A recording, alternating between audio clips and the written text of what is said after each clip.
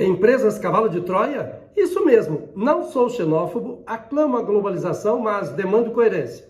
Entendo que indústrias sustentáveis, franquias e turistas comportados serão sempre bem-vindos em qualquer país. As big stores de propriedade das multinacionais, não.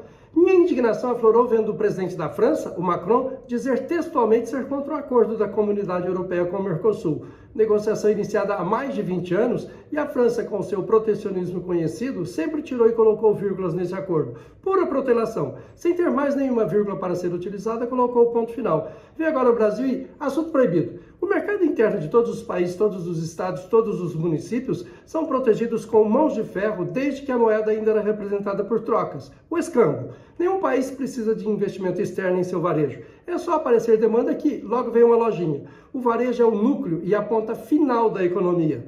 Vamos trabalhar essa relação? Temos aqui no Brasil redes de lojas francesas expandindo seus negócios assustadoramente pelo nosso país, desestruturando o desenvolvimento orgânico das empresas brasileiras. Não somente as empresas francesas, principalmente no ramo de materiais de construção e supermercados, também empresas de vários outros países, em diversos ramos de atividade, com predominância das lanchonetes e restaurantes que se espalham pelo Brasil, mesmo não sendo franquias, provocando a médio prazo um efeito colateral maléfico, desestruturando famílias, fechando pequenos restaurantes e lanchonetes locais que, no final, acabam desempregando funcionários em número, às vezes até maior que a quantidade de funcionários que essas multinacionais contrataram. Enfatizo esse tema franquia pela diferença organizacional e patrimonial em contraposição com as lojas próprias dessas multinacionais. As franquias são geridas quase sempre por franqueados e suas famílias. Pagam, na média, 5% sobre o faturamento pelo uso da marca, treinamento e consultoria. Os 95% restantes, incluindo o lucro líquido, são administrados e capitalizados pelo franqueado, e esse capital do franqueado fica na sua cidade, no Brasil, com brasileiros, ou mesmo até com um estrangeiro, mas residente no Brasil. Enquanto que as multinacionais com lojas próprias, depois de se estabelecerem e dominarem o varejo nos países que foram paulatinamente esbulhados, começam a enviar para seus países as remessas de seus lucros de acordo com a legislação local, porém, baseadas em acordos internacionais que são estabelecidos por órgãos influenciados pelas grandes potências. O Brasil, os outros países também emergentes e até os subdesenvolvidos sempre apanham, sempre perdem. São as chamadas perdas internacionais. No ramo da indústria e do agro também não é diferente, mas essas duas atividades, por serem produtoras, caso alcancem escala competitiva, além de se fortalecerem no mercado interno, também poderão competir no mercado externo, desde que os gringos deixem. E o pior é que nosso varejo, estando nas mãos deles, podem importar cada vez mais mercadorias produzidas em seus países, substituindo as produzidas aqui no Brasil. Com essa estratégia, as multinacionais têm lucro aqui e lucro lá, inclusive podendo se adequarem convenientemente aos impostos de importação. Com o comando do varejo nas mãos deles aqui no Brasil, terão a prerrogativa de escolher o que comprar daqui e o que comprar de lá. Simples assim. Cito aqui para sua reflexão um pensamento do economista nascido na Áustria no século XIX, Joseph Schumpeter. Abre aspas. O empreendedor não é movido só pelo desejo de ficar rico, mas pelo sonho e pelo desejo de fundar um reino privado. Fecha aspas. Quando instalei minha primeira fábrica de óculos, em 1986, havia no Brasil mais de 200 em operação. Em 2004, havia menos de 100. As armações de óculos chinesas que estavam dizimando nossa indústria nacional chegavam no Brasil apresentando todas as exigências legais aos órgãos fiscalizadores.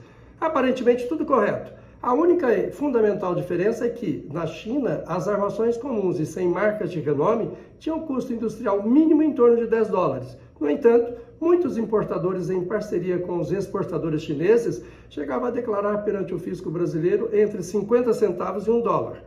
Nosso sindicato, que era formado por uma diretoria muito aguerrida em conjunto com a Fiesp e, comprovando essas irregularidades, conseguiu que o governo federal decretasse o antidumping das armações.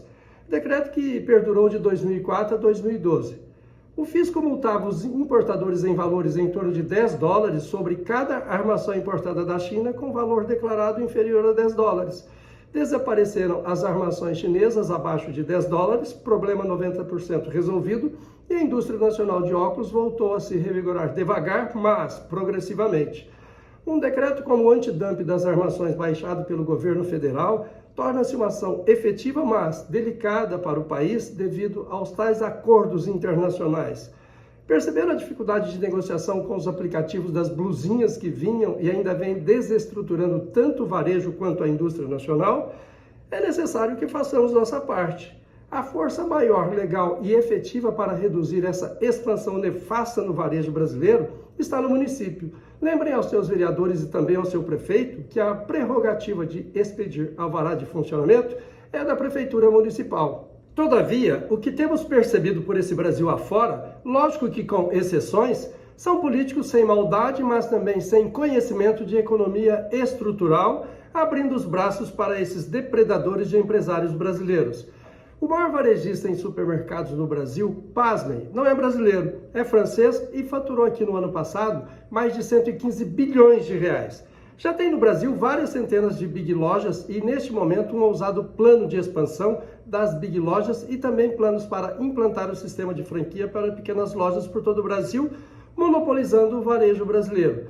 E pasmem mais uma vez, este maior varejista do Brasil, o Carrefour, proprietário também do Atacadão, está iniciando operação na França com essa marca brasileira e enfrentando grandes protestos e boicotes de deputados, de prefeitos e até de parte da população.